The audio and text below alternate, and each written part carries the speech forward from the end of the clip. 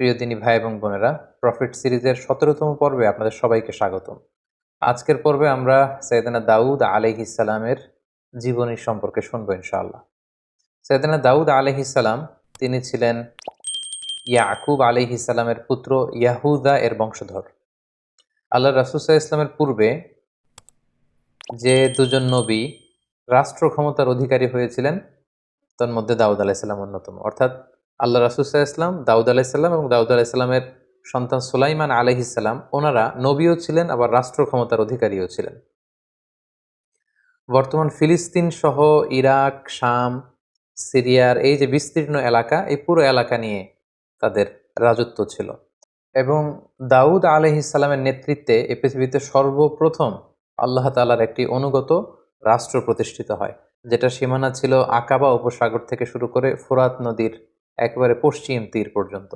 আল্লাহ তাআলা সাইয়েদনা দাউদ আলাইহিসসালামকে জ্ঞান, প্রজ্ঞা, বুদ্ধিমত্তা, আল্লাহ ভীতি এরকম অনেক ব্লেসিংস দিয়ে তিনি সাইয়েদনা দাউদ আলাইহিসসালামকে ধন্য করেছিলেন। দাউদ আলাইহিসসালামকে বনি ইসরাইলের লোকেরা তাদের কিং বানিয়েছিল। তিনি নবীও ছিলেন, আবার এট দ্য সেম টাইম তিনি রাজাও ছিলেন। তো কিং তিনি কিভাবে হলেন? এই ঘটনাটা ঘটেছিল তালুত বাদশার নেতৃত্বে। দাউদ আলাইহিসসালাম যখন জালুতকে হত্যা করলো, তখন তালুত বাদশার পরবর্তীতে সাইয়েদনা দাউদ আলাইহিসসালাম বনি ইসরাইলের কিং বা রাজা হয়ে গেলেন। এই ঘটনাটি কিভাবে ঘটলো সেটা বুঝতে হলে আমাদেরকে জানতে হবে যে তালুত কে, তালুত কিভাবে বাদশাহ হলো।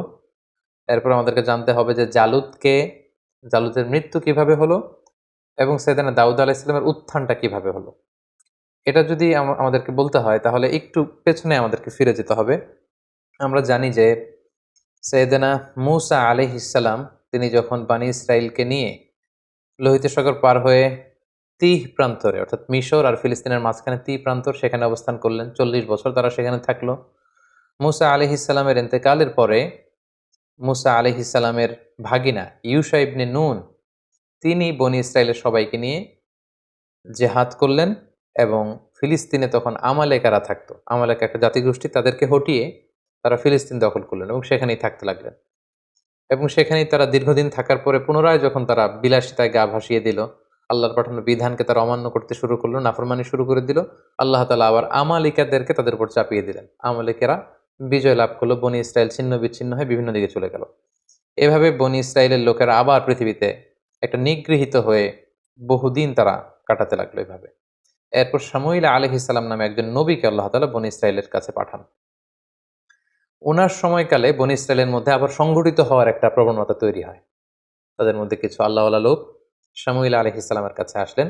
তখন শামুইল আলাইহিসসালাম অত্যন্ত বৃদ্ধ, এবং যে বললেন, হে আল্লাহর নবী, আমরা বনি ইসরাইল আমরা আর কতদিন এই পৃথিবীতে নিগৃহীত থাকব?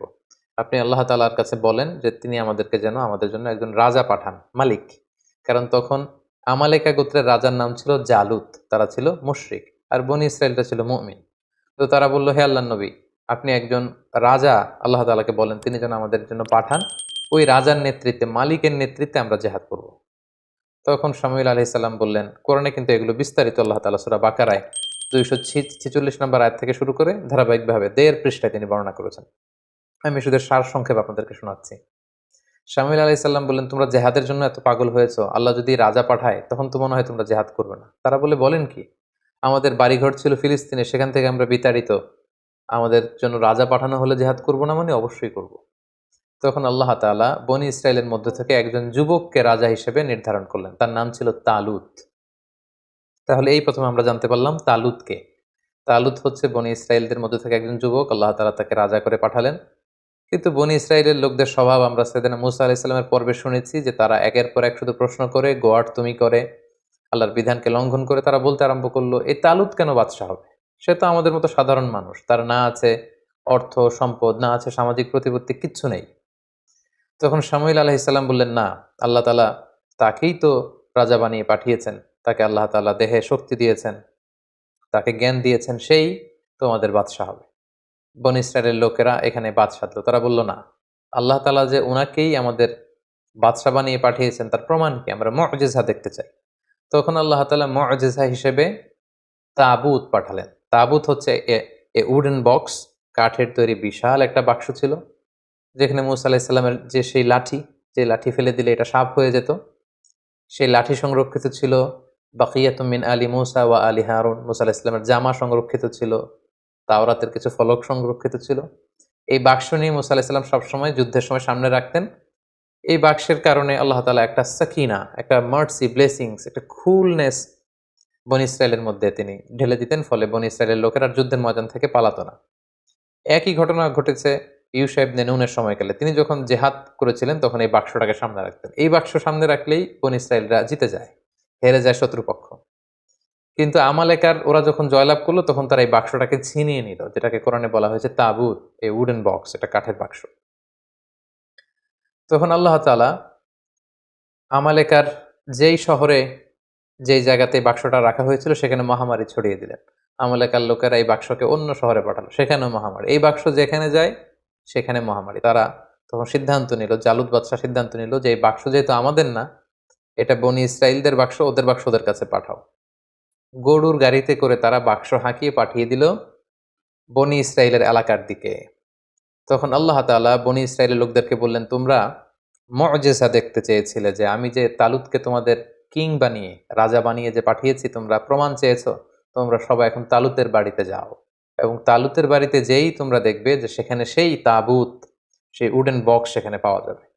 শামুইল আলাইহিস সালামের সাথে করে সব বনি ইসরাইলের লোকেরা এবার তাদের এলাকার সে যুবক, নওজোয়ান, শক্তিশালী পুরুষ তালুতের বাড়িতে যেয়ে দেখে কি আশ্চর্য কাণ্ড, কি আজীব ব্যাপার। সেই যে ঐতিহ্যবাহী তাদের যে বনি ইসরায়েলের যে তাবুত, উডেন বক্স, যেটার মধ্যে নবী মুসা আলাইহিস সালামের ব্যবহৃত জিনিসপত্র, লাঠি, তাওরাতের ফলক, তাদের কিতাব, মুসা আলাইহিস সালামের জামা কাপড় পাগড়ি, এগুলো তারা এটা দেখে তো আবেগে আপ্লুত হয়ে গেল, এবং তারা এই মুআজিজা দেখে বনি ইসরায়েলের সবাই মেনে নিল যে আল্লাহ তাআলা যেহেতু তালুতকে কিং বানিয়ে পাঠিয়েছেন, আমরা তালুতকেই মেনে নিব। তখন বনি ইসরায়েলের সবাই তালুতকে তাদের সম্রাট বা তাদের কিং হিসেবে মেনে নিল। তাহলে সম্মানিত সুধী, এই পর্যায়ে আমরা বুঝতে পারলাম যে তালুত হচ্ছে বনি ইসরায়েলের কিং, অর্থাৎ বনি ইসরায়েলের তারা তখন মুসলিম ছিল, মুসলিমদের কিং হচ্ছে তালুত। আর তাদের বিপরীতে ফিলিস্তিনে যে জনগোষ্ঠীটা ছিল, মুশরিক একটা জনগোষ্ঠী, তাদের নাম ছিল আমালিকা। এই আমালিকার কিং এর নাম ছিল জালুত। তাহলে আমরা দুইটা ক্যারেক্টার পেলাম, এক হচ্ছে তালুত আর জালুত। সূরাতুল বাকারার শেষের দিকে 246 নম্বর আয়াত থেকে শুরু করে এই তালুত বাদশাহ, জালুত বাদশার কথা কিন্তু আল্লাহ তাআলা সেখানে উল্লেখ করেছেন। তাহলে এখন আমরা একটা ভয়ঙ্কর রক্তক্ষয়ী যুদ্ধ দেখব তালুত আর জালুতের মধ্যে। আমাদেরকে মনে রাখতে হবে যে তালুত হচ্ছে মুসলিম বাদশাহ আর জালুত হচ্ছে মুশরিক বাদশাহ।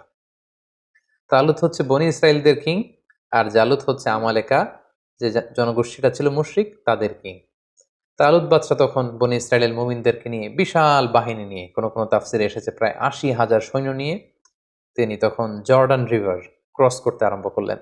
যেই জর্ডান রিভারের পশ্চিম দিকে এখন ওয়েস্ট ব্যাংক আছে, পশ্চিম তীর বলা হয়, এবং জর্ডান নদীর পশ্চিম পারে এই এলাকাটি অবস্থিত বলেই এটাকে ওয়েস্ট ব্যাংক বা পশ্চিম তীর, আদ-দিফা আল-গারবিয়া হিসেবে এটাকে নামকরণ করা হয়েছে।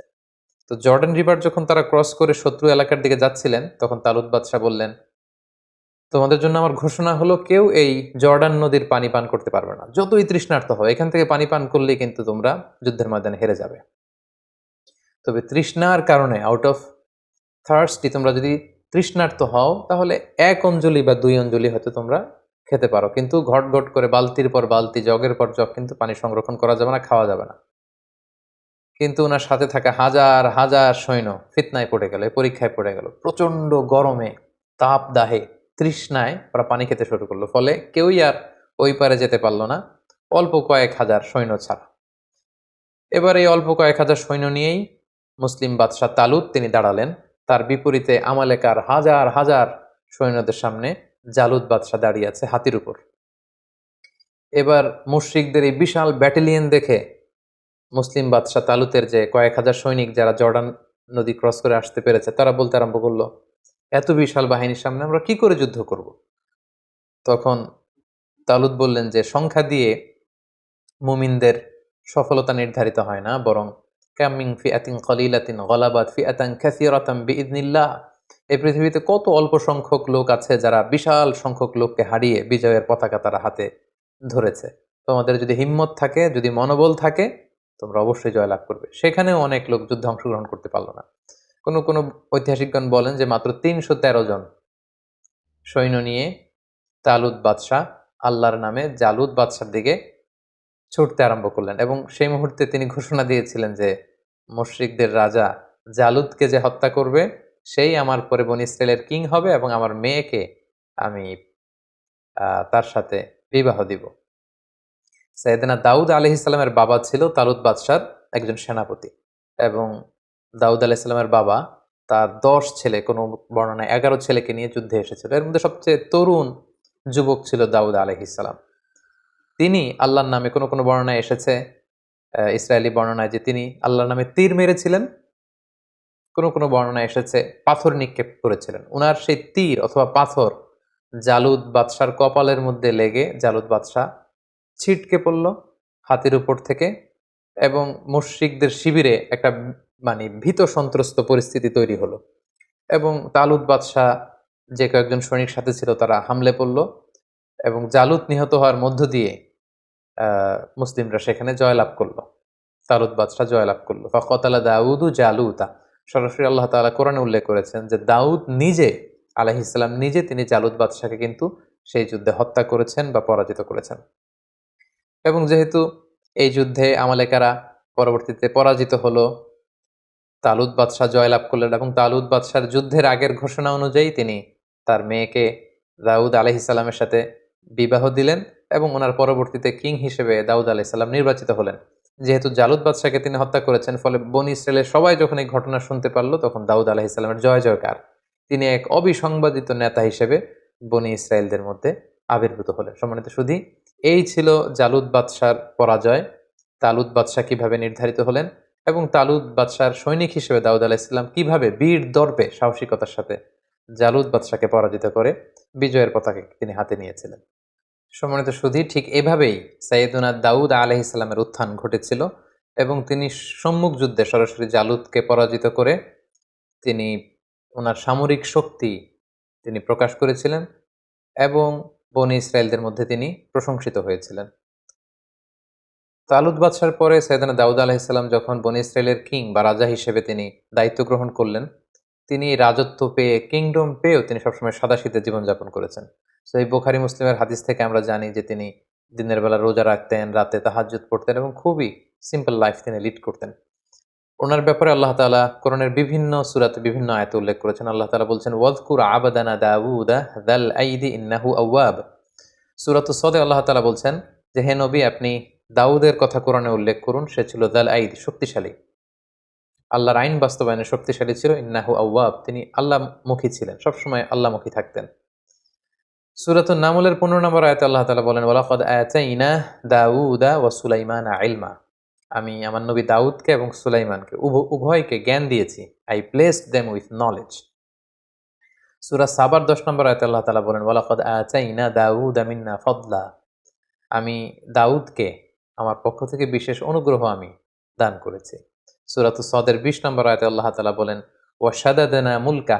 আমি দাউদের কিংডম, সালতানাতকে মজবুত করেছি। ওয়া আতাইনাহুল হিকমা। আমি তাকে উইজডম দিয়েছি, প্রজ্ঞা দিয়েছি। ওয়া ফাসলাল খিতাব। আর তাকে আমি বিচার কার্যের ফায়সালা কি করে দিতে হয় সেই জ্ঞান আমি দান করেছি। সূরাতুস সদের 26 নম্বর আয়াতে আল্লাহ তাআলা ইরশাদ করছেন, ইয়া দাউদ ইন্না জাআলনাকা খলিফাতান ফিল আরদ। হে দাউদ, আমি আমার বিশেষ অনুগ্রহে তোমাকে এই জামিনের খলিফা বানিয়েছি। তুমি হচ্ছে এই পৃথিবীর খলিফা, খলিফাতুল্লাহ ফিল আরদ, পৃথিবীতে আল্লাহর খলিফা। ফাহকুম বাইনান নাস বিল হক। মানুষের মাঝে সত্য সহকারে যথাযথভাবে তুমি বিচার কার্যের ফায়সালা করো। ওয়ালা তাত্তাবিউল হাওয়া। হে দাউদ, তুমি প্রবৃত্তির অনুসরণ করো না। ফায়ুদিল্লাকা আন সাবিলিল্লাহ। প্রবৃত্তির অনুসরণ যদি করো তাহলে এই প্রবৃত্তির অনুসরণ তোমাকে আল্লাহর রাস্তা থেকে বিচ্যুত করে দিবে। এভাবে বিভিন্ন আয়াতে আল্লাহ তাআলা দাউদ আলাইহিস সালামের ব্যাপারে উল্লেখ করেছেন। সাইয়েদনা দাউদ আলাইহিস সালামকে আল্লাহ স্পেশাল একটা মুআজিজা দিয়েছিলেন, সেটা হচ্ছে তিনি যদি লোহার মধ্যে হাত লাগাতেন মুহূর্তেই সেই লোহা গলে নরম হয়ে যেত। অর্থাৎ লোহা নরম হওয়ার মুআজিজা আল্লাহ তাআলা দাউদ আলাইহিস সালামকে দান করেছিলেন। সূরা সাবার 11 নম্বর আয়াতে আল্লাহ তাআলা বলেন, ওয়া আলান্না লাহুল হাদিদ। আমি দাউদের জন্য লোহাকে নরম করে দিয়েছি।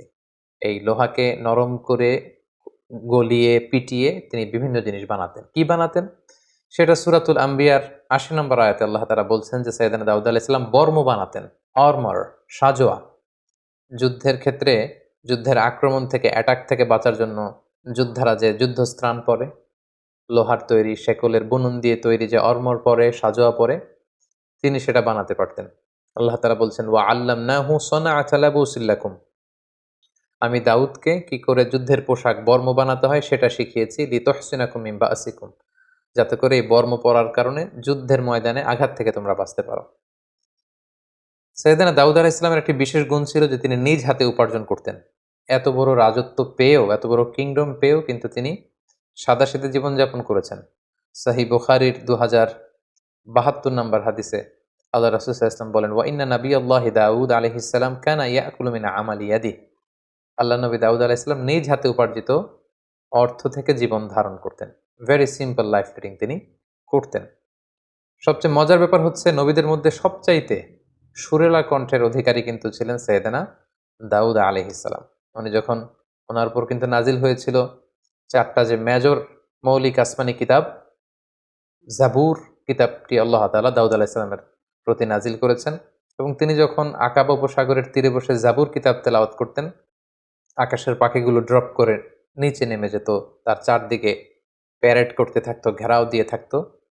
সাগরের মাছগুলো সাগর ছেড়ে দিয়ে কিনারায় চলে আসতো।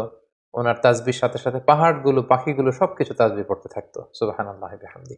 আল্লাহ তাআলা সূরা নিসার 163 নম্বর আয়াতে বলছেন ওয়া আতাইনা দাউদা জাবুরা, আমি দাউদকে জাবুর কিতাব দান করেছি। সূরাতুল আম্বিয়ার ৭৯ নম্বর আয়াতে আল্লাহ তাআলা বলেন ওয়াসাখখারনা মা দাউদ আল জিবাল ইউসাব্বিহনা ওয়াত-তাইর, আমি পাহাড়কে দাউদের জন্য বশীভূত করেছি। সে যখন তাসবিহ পড়তো, জাবুর পড়তো, পাহাড়ও পড়তো, পাখিরাও তাসবিহ পড়তো। সূরা সদের 18 এবং 19 নম্বর আয়াতে আল্লাহ তাআলা বলেন ইন্না সাখখারনাল জিবালা মাআহু ইউসাব্বিহনা বিল আশি ওয়াল ইশরাক, পাহাড়কে আমি দাউদের জন্য বশীভূত করেছি, সকাল সন্ধ্যা সে যখন তেলাওয়াত করতো পাহাড়ও তাসবিহ পড়তো। ওয়াত-তাইরা মাহশুরা, পাখিগুলো এসে ওনার চারদিকে ভিড় জমাতো। কুল্লুল্লাহু আওয়াব, সবকিছু আল্লাহ তাআলার তাসবিহ পড়তো। এবং দাউদ আলাইহিস সালামের কণ্ঠ যে অত্যন্ত সুন্দর ছিল, মেলোডিয়াস ভয়েস ছিল, এটা বিশ্বনবী সাল্লাল্লাহু আলাইহি ওয়াসাল্লাম উল্লেখ করেছেন। সহিহ মুসলিমের 793 নম্বর হাদিসে একটি ঘটনা এসেছে যে আবু মুসা আল আশআরী রাদিয়াল্লাহু তাআলা আনহু সাহাবাদের মধ্যে খুব সুরেলা কণ্ঠের অধিকারী ছিলেন।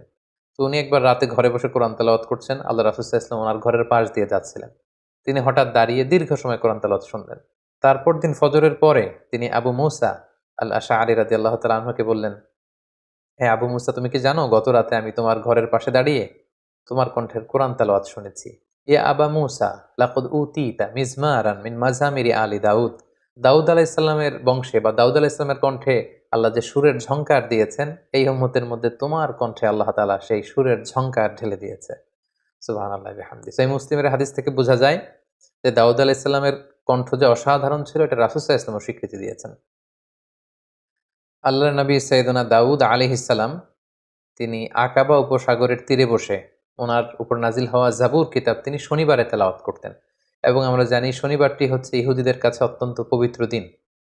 এজন্য সাইয়েদনা দাউদ আলাইহিস সালাম যখন শনিবারে জাবুর কিতাব তেলাওয়াত করতেন আকাবা উপসাগরের তীরে বসে, সাগরের মাছগুলো তখন এই তেলাওয়াত শুনবার জন্য তীরে চলে আসতো, সাগর ছেড়ে দিয়ে ডাঙ্গার কাছাকাছি চলে আসতো।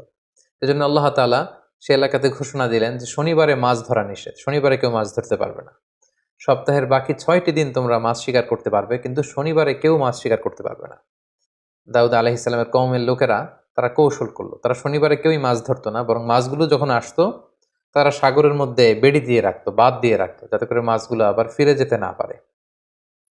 তারা রবিবারে যে সে মাছগুলো ধরতো। সবাই বলতে আরম্ভ করলো, কেন এই মাছগুলো ধরছো? তারা তখন উত্তরে বলতো, কৌশল করে বলতো যে আল্লাহ তাআলা তো শনিবারে মাছ ধরা নিষেধ করেছেন, আমরা তো শনিবারে ধরছি না, আমরা মাছ ধরছি রবিবারে। তাদের এই কৌশলের কারণে আল্লাহ তাআলা তাদের প্রতি রাগান্বিত হয়ে ঘোষণা দিলেন, খুনু কিরাদাতান খাসিইন, তোমরা আমার এই বিধান, আমার এই নির্দেশনা, আমার এই আদেশকে লঙ্ঘন করার কারণে অভিশপ্ত বানর হয়ে যাও। ফলে তারা বানর হয়ে গেল। তার মানে দাউদ আলাইহিস সালামের কওমের মধ্যে থেকে যারা আল্লাহ তাআলার এই বিধানটি অমান্য করেছিল, তাদেরকে কিন্তু আল্লাহ তাআলা অভিশপ্ত বানরে রূপান্তরিত করেছিলেন। আল্লাহর নবী দাউদ আলাইহিস সালাম তিনি একদিন অন্তর অন্তর সিয়াম পালন করতেন, যেটি সুনানে নাসাইর 2388 নম্বর হাদিসে উল্লেখ রয়েছে। আল্লাহ রাসূল সাল্লাল্লাহু আলাইহি ওয়াসাল্লাম বলেছেন যে আফদলুস সিয়াম সিয়ামু দাউদ, রোজার মধ্যে পৃথিবীতে শ্রেষ্ঠ রোজা হচ্ছে দাউদ নবীর রোজা। কারণ কানা ইয়াসুম ইয়াউমান ওয়া ইউফতিরু ইয়াউমান, তিনি একদিন রোজা রাখতেন, তারপর দিন রাখতেন না, এরপরের দিন আবার রাখতেন, তারপরের দিন আবার রাখতেন না। সুবহানাল্লাহ। তিনি এভাবে সারা জীবন একদিন অন্তর অন্তর রোজা রেখেছেন। সৈয়দনা দাউদ আলাইহিস সালামের ব্যাপারে হাদিসে একটি চমৎকার ঘটনা উল্লেখ রয়েছে। সেখানে আমরা জানতে পারি যে সৈয়দনা আদম আলাইহিস সালাম, আমাদের আদি পিতা, দাউদ আলাইহিস সালামের প্রতি খুশি হয়ে উনি ওনার নিজের জীবনের 40 বছর দাউদ আলাইহিস সালামকে দান করেছিলেন। ঘটনাটি কেমন ছিল? আল্লাহ তাআলা যখন আদম আলাইহিস সালামকে তৈরি করলেন, আদম আলাইহিস সালামের পিঠে আল্লাহ তাআলা মাসেহ করলেন, সেখান থেকে হাজার হাজার লক্ষ লক্ষ মানুষ ছড়িয়ে পড়ল। তখন আদম আলাইহিস সালাম জিজ্ঞেস করলেন, আল্লাহ এরা কারা? আল্লাহ তাআলা বললেন, এরাই হবে তোমার বংশধর পৃথিবীতে। তাদের মধ্য থেকে একজনের চেহারা খুব জ্বলজ্বল করছিল। সাইয়েদনা আদম আলাইহিস সালাম বললেন, আল্লাহ একে? আল্লাহ তাআলা বললেন, ইনি হচ্ছে তোমার সন্তান দাউদ। তো আদম আলাইহিস সালাম বললেন, কামা আমরু, এই দাউদের বয়স কত? আল্লাহ তাআলা বললেন, সিত্তুনা সানা। এত সুন্দর সন্তান, তার মাত্র 60 বছর বয়স, তাকে আমার বয়স থেকে আপনি আরো 40 বছর দিয়ে দিন। আল্লাহ তাআলা বললেন, ঠিক আছে আদম, তোমার বয়স থেকে আমি 40 বছর দাউদকে দিয়ে দিলাম। সাইয়েদনা দাউদ আলাইহিস সালামের মোট বয়স ছিল 60, আদম আলাইহিস সালাম দিলেন 40। তিনি পৃথিবীতে 100 বছর বেঁচে ছিলেন। তো সাইয়েদনা আদম আলাইহিস সালাম যেহেতু 40 বছর তিনি দান করে দিয়েছেন, ওনার যে মৃত্যু নির্ধারিত সময় তার ঠিক 40 বছর আগে মালাকুল মাউত, মৃত্যুর ফেরেশতা, যাকে আমরা আজরাইল আলাইহিস সালাম বলি, উনি চলে এসেছেন। এসে বললেন যে, হে আদম আলাইহিস সালাম, আপনার মৃত্যুর সময় হয়েছে, আমি আপনার রূহ কবজ করতে এসেছি।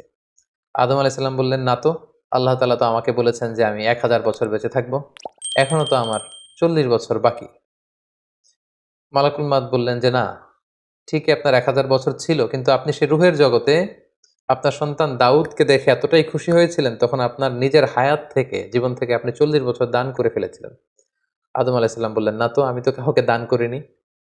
আসলে আদম আলাইহিস সালাম তখন এটা ভুলে গিয়েছেন, তিনি অস্বীকার করলেন, বললেন, না, আমি কাউকে আমার হায়াত থেকে, আমার জীবন থেকে কিছুই দান করিনি। হাদিসে এসেছে যে ফাজাহাদা আদম ফাজাহাদাত যুররিয়াতু, আদম আলাইহিস সালাম তখন অস্বীকার করলেন, ফলে আমরাও অনেক কিছু ভুলে যাই আর অস্বীকার করি। ফানাসিয়াত যুররিয়াতুহু, আদম আলাইহিস সালাম ভুলে গিয়েছেন, আমরাও ভুলে যাই। তিনি অস্বীকার করেছেন, আমরাও মাঝে মাঝে অস্বীকার করি। তিনি এই জায়গায় ভুল করে ফেলেছেন, খেয়াল রাখতে পারেননি, আমরাও এরকম ভুল করে ফেলি, খেয়াল রাখতে পারিনি। সাইয়েদনা আদম আলাইহিস সালাম কর্তৃক সাইয়েদনা দাউদ আলাইহিস সালামকে এই অতিরিক্ত 40 বছর দান করে দেয়া, এবং পরবর্তীতে মালাকুল মাউত যখন তিনি এসেছিলেন তার কাছে অস্বীকৃতি জানানো ব্যাপারে যে চমকপ্রদ হাদিসটি, এটি সুনানে তিরমিজির 3086 নাম্বার হাদিসে উল্লেখিত হয়েছে। সম্মানিত শুধু এ পর্যায়ে আমরা সাইয়েদনা দাউদ আলাইহিস সালামের জীবনী থেকে আমাদের জন্য কি কি শিক্ষা রয়েছে, লাইফ লেসন রয়েছে, আমরা সেগুলো নিয়ে আলোচনা করব। প্রথম যে শিক্ষাটা আমরা দাউদ আলাইহিস সালামের জীবনী থেকে পাই, সেটা হচ্ছে নবীরা সাহসী হয়, বীর হয়, দে আর ব্রেভ। পৃথিবীর সকল নবীরা সাহসী ছিলেন। এই পৃথিবীতে এমন কোনো নবী খুঁজে পাওয়া যাবে না যিনি ভীরু ছিলেন, পাওয়া যাবে না, বরং পৃথিবীর সকল নবীরাই সাহসী ছিলেন। আমরা যদি আমাদের নবী বিষ্ণু ঈসা ইসলামের ঘটনা দেখি, দেখব যে তিনি সাহসী ছিলেন। মুসা আলাহিসাল্লাম সাহসী ছিলেন। দাউদ আলাহিসাল্লামের যে ঘটনাটা, তিনি কিশোর হয়ে, যুবক হয়েও মুশরিকদের প্রতাপশালী বাদশাহ জালুদকে তিনি পরাজিত করেছেন, নিজে হত্যা করেছেন। সুবহানাল্লাহ বিহামদিহি। সো নবীদের জীবনী থেকে বীরত্বের এই শিক্ষাটা কিন্তু আমরা পাই। দ্বিতীয় যে শিক্ষাটা আমরা পাই সেটা হচ্ছে বিজয়ের জন্য খুব বিশাল সংখ্যক লোকের দরকার নেই। স্বল্প সংখ্যক লোক তাদের ইফোর্ট যদি খুব মন থেকে হয়, তাদের ডেডিকেশনটা যদি ওই রকম হয়, তাহলে স্বল্প সংখ্যক নিবেদিত প্রাণ দিয়েও কিন্তু অনেক বিরাট কাজ করে ফেলা যায়। যার জ্বলন্ত প্রমাণ হচ্ছে তালুত বাদশার নেতৃত্বে মাত্র 313 জন নিয়ে যে তারা বিশাল এই মুশরিক জালুত বাদশাকে পরাজিত করেছে। কোনো কোনো তাফসিরে এসেছে 80,000 সৈন্য নিয়ে তিনি বনী ইসরায়েল থেকে বের হলেন। জর্ডান নদী ক্রস করতে করতে সেখানে আরো প্রায় 70,000 তারা পানি খেয়ে সেখানে পড়ে রইল। এরপরে যারা ছিল তারা বিশাল বাহিনী দেখে ভীরুতার কারণে সামনে এগোতে পারল না। পরবর্তীতে মাত্র 313 জন নিয়ে তিনি সামনে এগুলেন, এবং আল্লাহ তাআলার মেহেরবানিতে, তাদের ডেডিকেশনের কারণে, তাদের মনোবলের কারণে কিন্তু আল্লাহ তাআলা তাদেরকে বিজয় এনে দিয়েছেন। এবং খুব সুন্দরভাবে আল্লাহ তাআলা কালামুল্লাহ মাজিদে উল্লেখ করেছেন যে কাম্মিং ফিআতিন কলিলাতিন গলাবাত ফিআতান কাসীরাতান বিইذনিল্লাহ। এই পৃথিবীতে এমন অনেক নজির আছে, অনেক ইতিহাস আছে যে অল্প সংখ্যক লোক বিশাল বাহিনীকে পরাজিত করে বিজয় লাভ করেছে। দরকার শুধু দৃঢ় মনোবলের, দরকার শুধু হিম্মতের। সবসময় ইসলামে একটা জিনিস খেয়াল রাখতে হবে যে সংখ্যা দিয়ে সফলতা নির্ধারিত হয় না, বরং সফলতা নির্ধারিত হয় সিনসিয়ারিটি দিয়ে। 3 নম্বর যে শিক্ষাটি আমরা পাই সেটি হচ্ছে নেতৃত্বের জন্য সুস্বাস্থ্যের দরকার হয়। এটা দাউদ আলাইহিস সালামের ছিল। প্রজ্ঞা, ন্যায়নিষ্ঠা, উন্নত মানের বাগ্মী তার দরকার হয়। তার সবগুলোই কিন্তু যথাযথভাবে সাইয়েদনা দাউদ আলাইহিস সালামের জীবনীতে আমরা খুঁজে পাই। 4 নম্বর যে শিক্ষাটা আমরা পাই যে তিনি এই combined between revelation and kingdom, আমরা বলেছি পৃথিবীতে সর্বপ্রথম ওনার সময়ই একটি আল্লাহ তাআলার বিধান সম্বলিত একটি রাষ্ট্র তিনি প্রতিষ্ঠা করেছিলেন, যেখানে আল্লাহর বিধান দিয়ে বিচার করা হতো, আল্লাহর আইন দিয়ে ফায়সালা দেয়া হতো, যেখানে আল্লাহ তাআলার বাণী দিয়ে তিনি খলিফাতুল্লাহ ফিল আরদ হিসেবে তিনি আল্লাহর খলিফা হিসেবে পৃথিবীতে তিনি বিচার কার্যের ফায়সালা দিয়েছেন। অর্থাৎ একদিকে তিনি আল্লাহর কাছ থেকে রেভেলেশন রিসিভ করতেন, ওহী, আবার একদিকে তিনি কিংডম অর্থাৎ রাজত্বের দায়িত্ব দায়ভার কিন্তু তিনি পালন করতেন। তাহলে দুইটা তিনি কম্বাইন করেছেন, তিনি নবীও ছিলেন আবার রাজাও ছিলেন। তার মানে বোঝা যায় ধার্মিকতা এটা দেশ পরিচালনার জন্য, এটা নেতৃত্বের জন্য, এটা সোশ্যাল লিডারশিপ, এটা পলিটিক্যাল লিডারশিপের ক্ষেত্রে কোনো বাধা নয়, বরং নবীরাই কিন্তু সে নমুনা আমাদের জন্য দেখিয়ে গিয়েছেন। 5 নাম্বার যে শিক্ষাটি আমরা পাই সেটা হচ্ছে স্পিরিচুয়ালিটি। আপনি যত ধনী হন না কেন, আপনি যত বড় হন না কেন, আপনার আত্মার খোরাকের জন্য কিন্তু আপনার আধ্যাত্মিকতার দরকার আছে। সাইয়েদনা দাউদ আলাইহিস সালাম তিনি রাজপ্রাসাদে থাকতেন, কিন্তু রাতের বেলা তাহাজ্জুদ পড়তে ভুলে যেতেন না। তিনি রাজত্ব পরিচালনা করতেন, তিনি একদিন অন্তর অন্তর রোজা রাখতে ভুলে যেতেন না। তো এই স্পিরিচুয়ালিটির শিক্ষা কিন্তু আমরা সাইয়েদনা দাউদ আলাইহিস সালামের কাছে পাই। অর্থাৎ আমরা যত ধনী হই না কেন, যত বড় পজিশন হোল্ড করি না কেন, আমাদের আধ্যাত্মিক উন্নয়ন কিন্তু আমাদেরকে সুখের সন্ধান দিবে, প্রশান্তির সন্ধান দিবে। 6 নম্বর যেই ব্যাপারটি আমরা শিখতে পারি সেটা হচ্ছে মেলোডিয়াস ভয়েস। এটা আল্লাহ তাআলার পক্ষ থেকে একটি বড় ব্লেসিং। চমৎকার সুরেলা গলা, সুন্দর কণ্ঠ, এটা কিন্তু আল্লাহ তাআলা সবাইকে দেন না। এ ব্যাপারে সাইয়েদনা দাউদ আলাইহিস সালাম ছিলেন নবীদের মধ্যে স্পেশাল, ইউনিক। ওনার কণ্ঠের মতো কারো কণ্ঠ ছিল না। উনি তেলাওয়াত করলে পাখি চলে আসতো, মাছ চলে আসতো, পশুরা চলে আসতো, পাহাড় তাসবিহ পড়তে থাকতো। সো যাদেরকে আল্লাহ তাআলা এই চমৎকার কণ্ঠ দিয়ে ধন্য করেছেন, তারা যেন এই কণ্ঠটাকে ইসলামের পক্ষে কাজে লাগায়। আমরা যেন আমাদের কণ্ঠটাকে, সুরেলা কণ্ঠকে ইসলামের পক্ষে কোরআন তেলাওয়াত করে, সুন্দর নাশিদ পরিবেশন করে, ইসলামের পক্ষে মানবতার কল্যাণে যেন আমরা আমাদের এই মেলোডিয়াস ভয়েসকে কাজে লাগাতে পারি। সবশেষে 7 নম্বর যে শিক্ষাটি আমরা পাই সেটা হচ্ছে নিজ হাতে উপার্জিত অর্থের চেয়ে শ্রেষ্ঠ অর্থ আর হয় না। এটা সহিহ বুখারীতে আল্লাহ রাসূল সাল্লাল্লাহু আলাইহি ওয়াসাল্লাম বলেছেন, এবং তিনি বলেছেন আল্লাহর নবী দাউদ আলাইহিস সালাম নিজ হাতে উপার্জিত অর্থ তিনি ভক্ষণ করতেন। তিনি নবী হয়েও, তিনি রাজা হয়েও, তিনি এত বিশাল সাম্রাজ্যের প্রতাপশালী একজন অধিপতি হয়েও তিনি নিজ হাতে উপার্জিত অর্থ থেকে জীবন ধারণ করতেন। এটা থেকে প্রমাণিত হয় যে নবীরা হার্ড ওয়ার্কিং ছিলেন। কারণ আল্লাহ রাসূল সাল্লাল্লাহু আলাইহি সাল্লাম ইরশাদ করেছেন, মা বাআসাল্লাহু নাবিয়্যান ইল্লা রাআল গানাম। এই পৃথিবীতে আল্লাহ এমন কোন নবী পাঠাননি যারা ছাগল চড়ায়নি। সো সব নবীরা ওনারা পরিশ্রমী ছিলেন, হার্ড ওয়ার্কিং ছিলেন। পরিশ্রম করলে যে লোনা পানি দেহ থেকে বের হয়, সেই লোনা পানিতে জন্ম নেয় সফলতার বীজ। এটাই হচ্ছে নবীদের পয়গাম, এটাই হচ্ছে নবীদের স্লোগান। তাই পরিশ্রমে লজ্জা নেই, কাজে লজ্জা নেই, লজ্জা হচ্ছে অলসতায়। এই বিষয়গুলো কিন্তু আমরা সাইয়েদনা দাউদ আলাইহিস সালামের জীবনী থেকে শিখতে পারি। আল্লাহ তাআলা আমাদের সবাইকে কথাগুলো বুঝার ও সে অনুযায়ী আমল করবার তৌফিক দান করুক।